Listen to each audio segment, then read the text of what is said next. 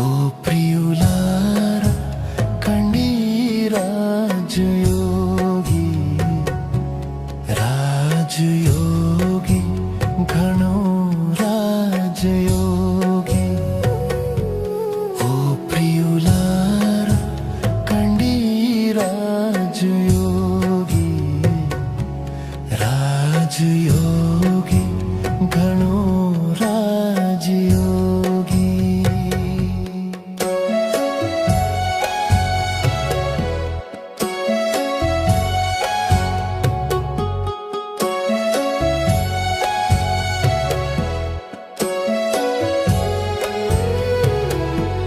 మనసు అద్దం మెరిసిపోతుంది, ఆత్మ చింతన వెలుగులు నింపుతుంది.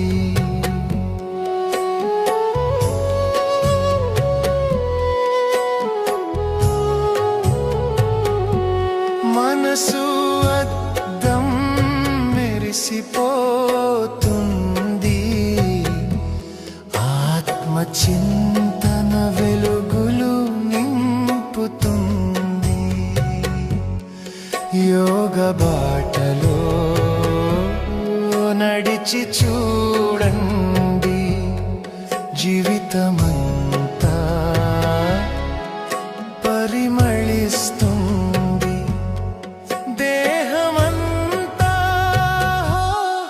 దేహమంతా ఉను నిరోగి. ఓ ప్రియులారా కండి రాజయోగి, రాజయోగి ఘన్ రాజయోగి.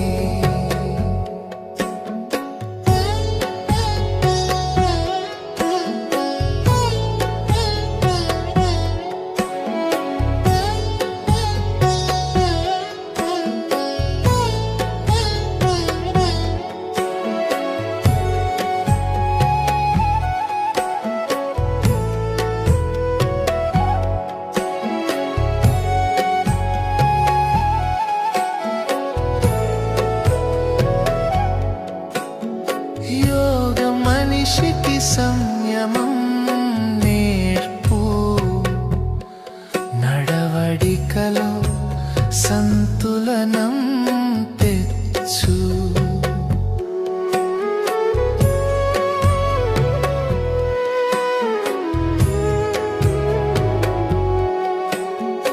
యోగ మనిషికి సంయమం నేర్పు, నడవడికలో సంతులనం తెచ్చు. ఆత్మ ఇంకా పరమాత్మలను కలుపుతుంది. ఈ యోగం ప్రతి ఘడియ యోగ మహిమ ఎన్నడూ తరగని. ఓ ప్రియులారా కండి రాజయోగి, జీవనములో పరమ శాంతి ఉంటుంది.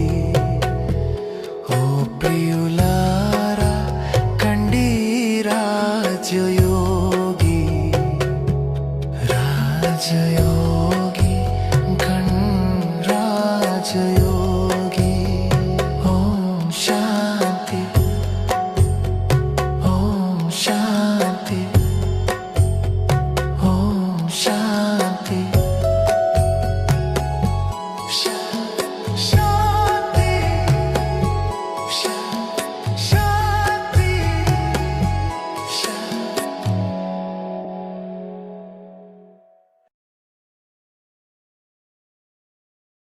ఓం శాంతి.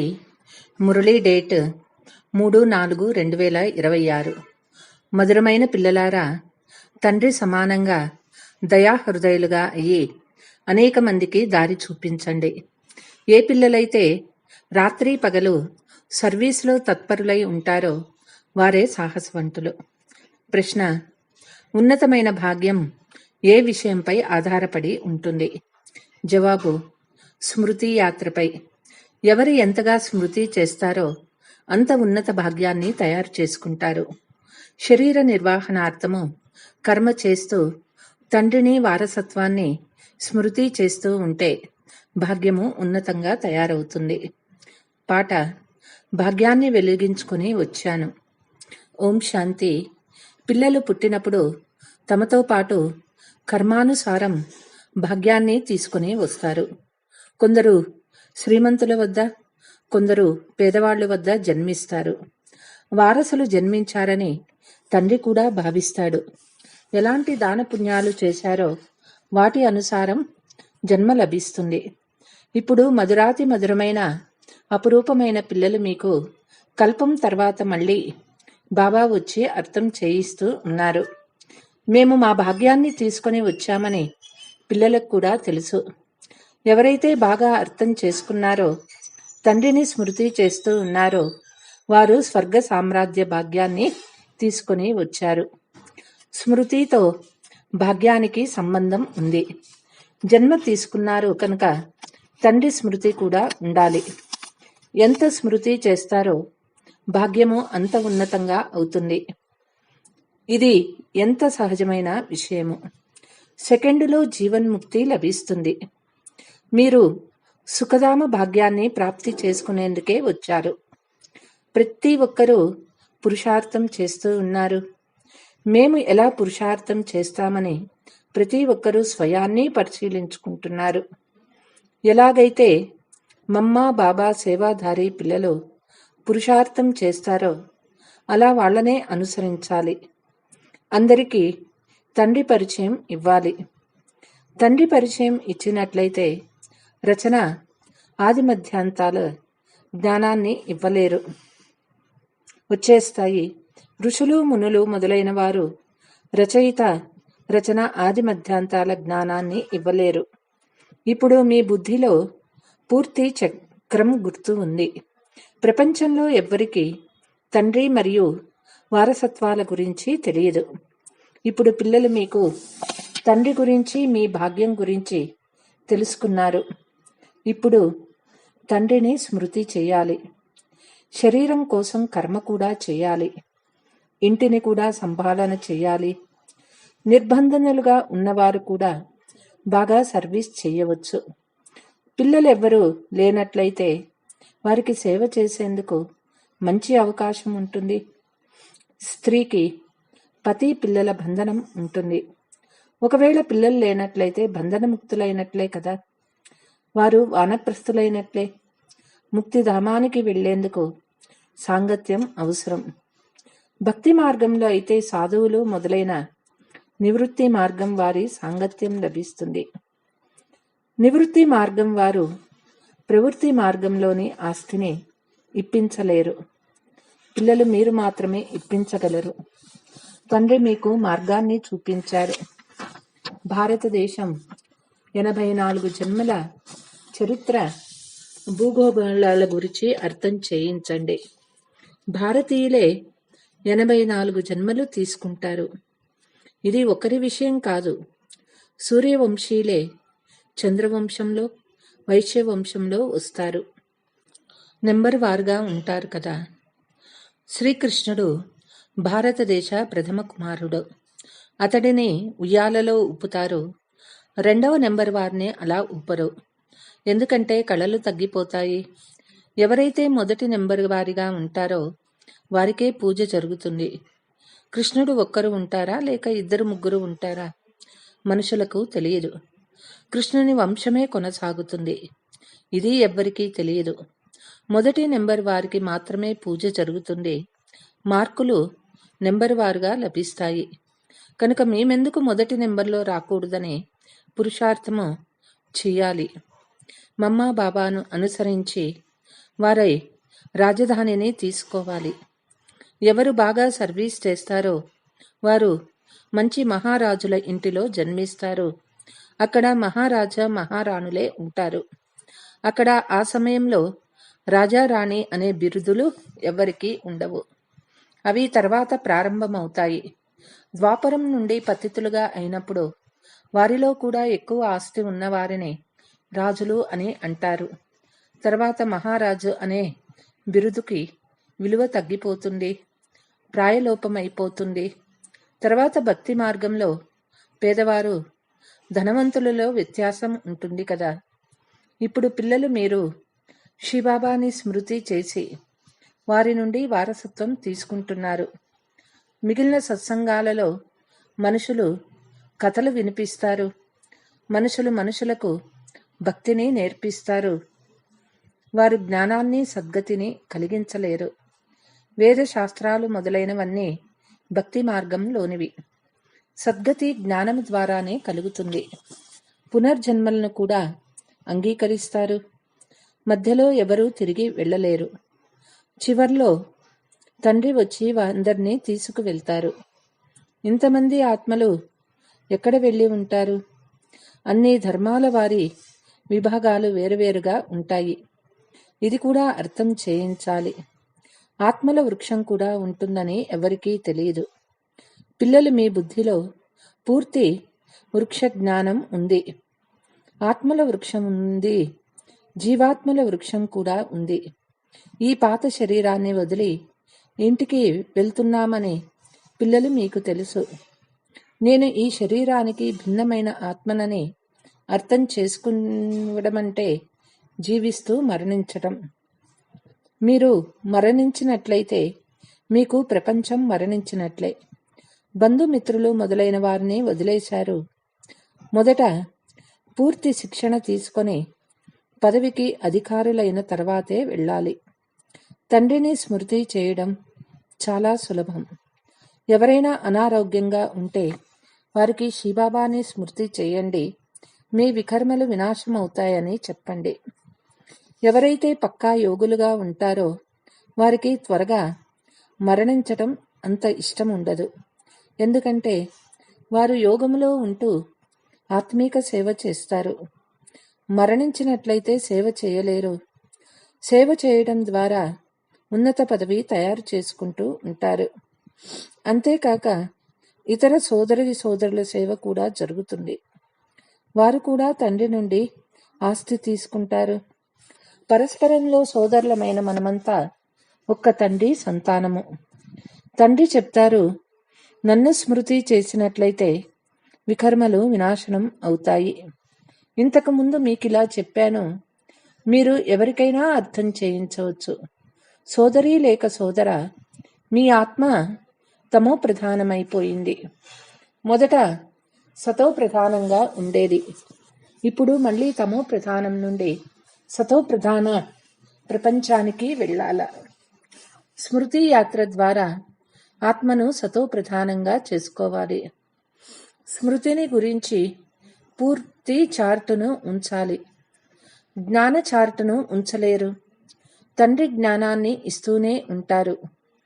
మాపై ఏ వికర్మల భారం ఉందో అది ఎలా దిగుతుందని పరిశీలించుకోవాలి. కాబట్టి ఎన్ని గంటలు స్మృతి చేశాను, స్మృతి చార్టు ఉంచాలి. మూలవతనాన్ని కూడా స్మృతి చేస్తారు.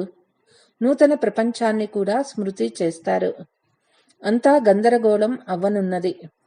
దానికి కూడా ఏర్పాట్లు జరుగుతూ ఉన్నాయి. బాంబులు మొదలైనవి తయారయ్యాయి. మేము మృత్యువు కొరకు ఇలాంటి సామాగ్రిని తయారు చేస్తూ ఉన్నామని ఒకవైపు చెప్తూనే మరోవైపు అటువంటి సామాగ్రి తయారు చేయకండి అని ఇతరులకు చెప్తారు. సముద్ర గర్భంలో కూడా ఇలాంటి సామాగ్రిని ఉంచారు. పైకి వచ్చి బాంబులు వేసి మళ్ళీ సముద్రంలోకి వెళ్తాయి. ఇలాంటి వస్తువులను తయారు చేస్తూ ఉంటారు. ఇవి తమ వినాశనం కొరకు చేసుకుంటారు. మృత్యువు సమీపంలోనే నిలిచి ఉంది. ఎంత పెద్ద పెద్ద భవనాలను తయారు చేస్తూ ఉన్నారు. ఇవన్నీ మట్టిలో కలిసిపోతాయని మీకు తెలుసు. కొందరిది మట్టిలో కూరుకుపోతుంది. యుద్ధము తప్పకుండా జరుగుతుంది. అందరి జేబులు ఖాళీ చేసే ప్రయత్నం చేస్తారు. దొంగలు కూడా అనేక మంది ఎక్కువ చేస్తారు. యుద్ధాలకు ఎంత ఖర్చు చేస్తారు? అంతా మట్టిలో కలిసిపోతుంది. భవనాలు కూలిపోతాయి. బాంబులు పడటం వల్ల సృష్టిలో 3 భాగాలు సమాప్తమైపోతాయి. ఒక్క భాగం మాత్రం మిగిలిపోతుంది. భారతదేశం ఒక భాగంలో ఉంది కదా, మిగిలినవన్నీ తర్వాత వచ్చినవే. ఇప్పుడు భారతదేశ భాగం మాత్రం మిగులుతుంది. మృత్యువు అందరికీ వస్తుంది కనుక మనము తండ్రి నుండి పూర్తి ఆస్తిని ఎందుకు తీసుకోరాదు? తండ్రి చెప్తారు, లౌకిక సంబంధాలను కూడా నిభాయించాలి. బంధనం లేకుంటే సర్వీసులో ఎందుకు తత్పరులు కాకూడదు? బాబా సలహా ఇస్తారు, స్వతంత్రులుగా ఉన్నట్లయితే అనేక మంది కళ్యాణం చేయగలరు. ఎక్కడికైనా బయటకు లేకుంటే మీ బంధుమిత్రులపై అయినా దయ చూపండి. బాబా దయ చూపండి అని మొదట అనేవారు కదా. ఇప్పుడు మీకు మార్గం లభించింది కనుక ఇతరులపై కూడా దయ చూపాలి. బాబా దయ చూపిస్తారు కదా. తండ్రి చెప్తూ ఉన్నారు, నన్ను స్మృతి చేసినట్లయితే మీ వికర్మలు వినాశనం అవుతాయి. సన్యాసీలు హఠయోగము మొదలైన వాటి కొరకు చాలా శ్రమ పడతారు. ఇక్కడ అలాంటిదేమీ లేదు. కేవలం నన్ను స్మృతి చేసినట్లయితే పాపాలు భస్మమైపోతాయి. ఇందులో కష్టం లేదు. కేవలం స్మృతి యాత్ర చేస్తూ చాలు. కూర్చోండి, నిల్చోండి, కర్మేంద్రియాలతో కర్మలు చేయండి. కేవలం బుద్ధి బాబాతో జోడించండి. ప్రియతమునికి సత్యమైన ప్రేయసీలుగా అవ్వండి. వారు స్వయంగా చెప్తూ ఉన్నారు, ప్రేయసులారా, ఓ పిల్లలారా, భక్తి మార్గంలో చాలా స్మృతి చేశారు. కానీ ఇప్పుడు ప్రియతముడైన నన్ను స్మృతి చేసినట్లయితే మీ పాపాలు భస్మమైపోతాయని నేను గ్యారంటీ ఇస్తాను. కొన్ని విషయాలు శాస్త్రాలలో కూడా వచ్చేశాయి. భగవంతుని ద్వారా గీతను వినడం వల్ల మీరు జీవన్ముక్తిని పొందుతారు. మనుషుల ద్వారా గీత వినడం వలన జీవన బంధనంలోకి వచ్చేశారు. మెట్లు దిగుతూ వచ్చారు. ప్రతి విషయంలో విచారసాగర మథనం చేయాలి. మీ బుద్ధిని ఉపయోగించాలి. ఇది బుద్ధితో చేసే యాత్ర. దీని ద్వారా వికర్మలు వినాశం అవుతాయి. వేద శాస్త్రాలు, యజ్ఞ తపాలు మొదలైన వాటి ద్వారా పాపాలు వినాశనం కావు. కిందకి దిగుతూనే వచ్చారు. ఇప్పుడు మీరు పైకి వెళ్ళాలి. మీరెవరైనా అర్థం చేయించే వరకు కేవలం మెట్ల చిత్రం ద్వారా ఎవ్వరూ అర్థం చేసుకోరు. చిన్న పిల్లలకు చిత్రాన్ని చూపించి ఇది ఏనుగు అని నేర్పిస్తారు కదా. వారు ఏనుగును చూసినప్పుడు చిత్రం కూడా జ్ఞాపకం వస్తుంది. అలా మీ బుద్ధిలోకి వచ్చేస్తుంది కదా. చిత్రంలో వస్తువులు చిన్నగానే ఉంటాయి. వైకుంఠం ఎంత పెద్దగా ఉంటుంది మీకు తెలుసు కదా. అక్కడ పెద్ద రాజధాని ఉంటుంది. వజ్ర వైడూర్యాలు ఉంటాయి. తర్వాత అవి మళ్ళీ ప్రాయలోపమైపోతాయి. అన్ని వస్తువులు అదృశ్యమైపోతాయి. లేకుంటే భారతదేశం ఇంత పేద దేశంగా ఎలా అయ్యింది? ధనిక దేశం నుండి పేదదిగా, పేద నుండి ధనిక దేశంగా అవ్వాలి. ఇది తయారైన డ్రామా. అందుకే మెట్ల చిత్రం చూపించి అర్థం చేయించబడుతుంది. కొత్త వారు వచ్చినప్పుడు వారికి అర్థం చేయించడం వలన అభ్యాసం అయిపోతుంది. నోరు తెరుచుకుంటుంది. పిల్లలకు సర్వీస్ యోగ్యత తయారు చేయడం జరుగుతుంది. కొన్ని సేవా కేంద్రాలలో చాలామంది పిల్లలు అశాంతిని వ్యాపింపచేస్తూ ఉంటారు. బుద్ధి యోగము బయట భ్రమించటం వల్ల నష్టం పోతారు. వాయుమండలాన్ని పాడు చేస్తారు. నెంబర్ వారుగా ఉన్నారు కదా. ఇప్పుడు తండ్రి మీరు చదవలేదు కనుక మీ పరిస్థితి చూడండి అని అంటారు. రోజు రోజుకు సాక్షాత్కారాలు జరుగుతాయి. పాపం చేసేవారికి శిక్షలు కూడా లభిస్తూ ఉంటాయి. మేము అకారణంగా పాపం చేశామని ఆ తర్వాత అంటారు. తండ్రికి వినిపించి ప్రాయశ్చిత్తము చేసుకోవడం ద్వారా కొంత తగ్గవచ్చు. లేకుంటే వృద్ధి చెందుతూ ఉంటుంది. అలా జరుగుతూ ఉంటుంది. స్వయంలో కూడా అనుభవం చేస్తారు. కానీ ఏం చేయాలి? మా ఈ అలవాటు తొలగటం లేదు. దీనికన్నా ఇంటికి వెళ్తే బాగుంటుందని అంటారు. కొందరు బాగా సర్వీస్ చేస్తారు, కొందరు డిస్సర్వీస్ చేస్తూ కూడా ఉంటారు. మా సైన్యంలో ఎవరెవరు ధైర్యవంతులో అని తండ్రి పేర్లను కూడా తెలియచేస్తారు. అంతేకాని యుద్ధం మొదలైన విషయాలేమీ ఇక్కడ లేవు. అనంతమైన విషయాలు. మంచి పిల్లలైతే తండ్రి తప్పకుండా మహిమ కూడా చేస్తారు. పిల్లలు చాలా దయా హృదయులుగా, కళ్యాణకారులుగా అవ్వాలి. అందులకు చేయూతగా అవ్వాలి. బాబాని స్మృతి చేసినట్లయితే వికర్మలు వినాశం అవుతాయని అందరికీ మార్గాన్ని తెలియచేయాలి. పాపాత్మ పుణ్యాత్మ అని అంటారు కదా, ఆంతరికంలో పరమాత్మ ఉండరు, లేక ఆత్మ పరమాత్మగా అవ్వదు. ఇదంతా తప్పు. పరమాత్మకు పాపం అంటదు. వారికి డ్రామాలో సర్వీస్ చేసే పాత్ర ఉంది. మనుషులే పాపాత్ములుగా పుణ్యాత్ములుగా అవుతారు. ఎవరైతే సతో ప్రధానంగా ఉన్నారో అతడే తమో ప్రధానంగా అయ్యాడు. అతని తనువులో తండ్రి కూర్చొని సతో ప్రధానంగా చేస్తారు. కాబట్టి వారి మతానుసారంగా నడవవలసి ఉంటుంది కదా. తండ్రి పిల్లలైన మిమ్మల్ని విశాల బుద్ధి కలవారిగా చేశారు. రాజధాని ఎలా స్థాపన అవుతూ ఉందో ఇప్పుడు మీకు తెలుసు.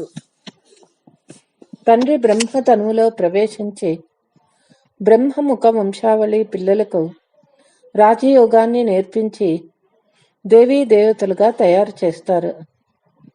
తర్వాత వారే పునర్జన్మలు తీసుకొని మెట్లు దిగుతారు. ఇప్పుడు మళ్ళీ అంతా పునరావృతం అవుతుంది. తండ్రి మళ్ళీ బ్రహ్మ ద్వారా స్థాపన చేయిస్తూ ఉన్నారు. యోగ బలం ద్వారా మీరు పంచ వికారాలపై విజయం పొంది జగజ్జీతులుగా అవుతారు. అంతేకాని యుద్ధము మొదలైన వాటి మాటే లేదు. अच्छा, मीठे मीठे सिकीलते बच्चों प्रति मात पिता बाप दादा का याद प्यार और गुड मॉर्निंग। रूहानी बाप की रूहानी बच्चों को नमस्ते। हम रूहानी बच्चों की रूहानी मात पिता बाप दादा को याद प्यार गुड మార్నింగ్ నమస్తే. ధారణ: బంధనముక్తులుగా అయ్యి తండ్రి సర్వీస్లో తత్పరులవ్వాలి. అప్పుడే వారికి శ్రేష్ఠ భాగ్యం తయారవుతుంది. దయాహృదయులై అనేక మందికి మార్గం చూపించాలి. అందులకు చేయూతగా అవ్వాలి. శరీరంపై మమకారం తొలగించుకొని మరజీవులుగా అవ్వాలి. ఎందుకంటే ఇప్పుడు తిరిగి ఇంటికి వెళ్ళాలి. అనారోగ్యంలో కూడా ఒక్క తండ్రి స్మృతి ఉన్నట్లయితే వికర్మలు వినాశమైపోతాయి. వరదానము: కళ్యాణ భావన ద్వారా ప్రతి ఆత్మ యొక్క సంస్కారాలను పరివర్తన చేసే నిశ్చయ బుద్ధి భవ. ఎలా అయితే తండ్రిపై 100% నిశ్చయ బుద్ధి ఉందో ఎవరు ఎంతగా కదిలించేందుకు ప్రయత్నించినా కదలరో, అలా దైవీ పరివారము లేక సంసారీ ఆత్మల ద్వారా ఎవరు ఎటువంటి పరీక్ష తీసుకున్నా క్రోధీలుగా అయ్యి ఎదిరించినా లేక అవమానించినా తిట్టినా అందులో కూడా చలించరు. ఇందులో కేవలం ప్రతి ఆత్మ పట్ల కళ్యాణ భావన ఉండాలి. ఈ భావన వారి సంస్కారాలను పరివర్తన చేసేస్తుంది. ఇందులో భయపడరాదు. సమయానుసారం తప్పకుండా ఫలం దొరుకుతుంది. ఇది డ్రామాలో నిశ్చయమై ఉంది.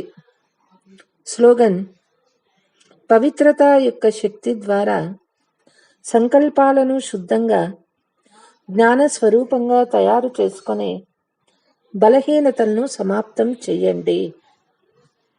అవ్యక్త సూచన: వాచాలో సదా సత్యత మరియు మధురత ఉంటే వాచా యొక్క మార్కులు జమ అవుతూ ఉంటాయి. మధురత అనే గుణము జీవితంలో ఉంటే ప్రతి మాట ముత్యం సమానంగా ఉంటుంది. మాట్లాడటం లేదు, ముత్యాల వర్షం కురుస్తూ ఉందని అనిపిస్తుంది. వినేవారు మేము కూడా ఇలా మాట్లాడాలని అనుకుంటారు. విన్నవారందరికీ నేర్చుకోవాలని, ఫాలో చేయాలని ప్రేరణ లభిస్తుంది. ఇటువంటి మధురమైన మాటల వైబ్రేషన్లు స్వతహాగా అందరినీ ఆకర్షిస్తాయి. అచ్చా, ఓం శాంతి.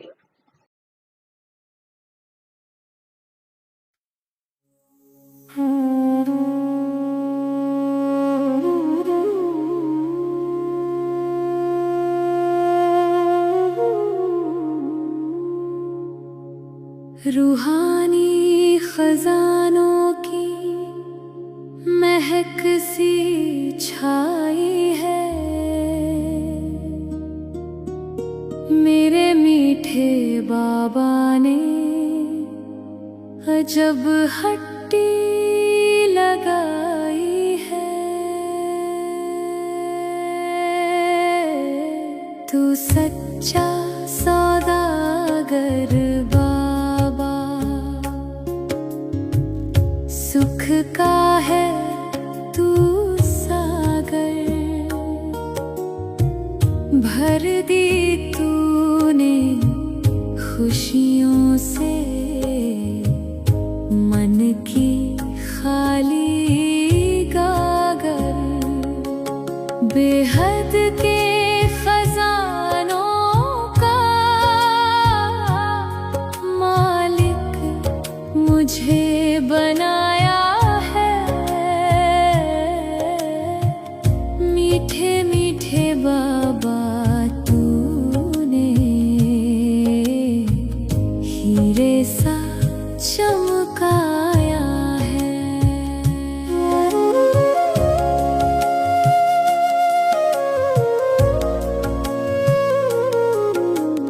16 कला संपूर्ण थे हम, तूने याद दिलाया। भक्ति की रातों से बाबा ज्ञान सवेरा लाया। पावनता की किरणें बरसी, मिट गया अंधेरा। तेरे संग से महक उठा है जीवन का सवेरा। तू सच्चा सौदागर बाबा, सुख का है तू सागर, भर दी तूने खुशियों से मन की खाली गागर। तू सच्चा सौदागर बाबा, सुख का है तू सागर।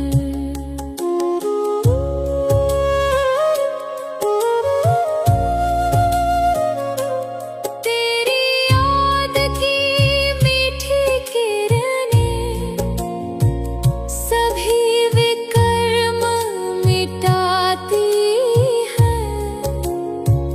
निमित्त बनूं मैं हर सेवा में, मुझको याद दिलाती है।